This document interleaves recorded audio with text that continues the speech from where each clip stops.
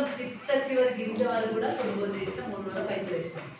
మరి ఈ ప్రభుత్వంలో ఏం జరుగుతుందంటే రైతులు ఇబ్బంది పడుతున్నారు. దాన్ని మీ దృష్టికి తెచ్చి మీ ద్వారా ప్రభుత్వానికి తెలియజేయడం ఏంటంటే ఫస్ట్ కొనుగోలు సెంటర్లు ఇప్పటి వరకు కేవలం కొబ్బరికాయలకే పరిమితమైనవి తప్ప వాటిని ఇప్పటి వరకు ప్రారంభించారు.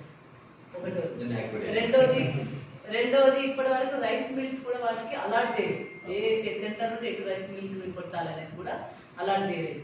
మూడోది ఏంటంటే సన్న బియ్యానికి సన్న బట్టలకు 500 బోనస్ ఇస్తామన్నారు. కానీ ఈ ఆంక్షలు లేకుండే రైతు పంట పెట్టుకుంటప్పుడే ఒకవేళ రైతు పంట పెట్టుకుంటప్పుడే వీటికే మేము 500 బోనస్ ఇస్తామని చెప్తుంటే ఆ విత్తనాలు తెచ్చుకుని ఆ పంట పెట్టుకుంటాం. పంట పెట్టినాక డిక్లేర్ చేసింది కాబట్టి అన్ని వడ్లకు 500 రూపాయల బోనస్ ఇవ్వాలని చెప్పేసి కూడా మీరు డిమాండ్ చేస్తాం. అన్ని సన్న రకాలకు కూడా అదేవిధంగా ఏంటంటే మాయిచూరు కూడా ఏమైందంటే అప్పటి ప్రభుత్వంలో 17 వరకు 16 నుండి 17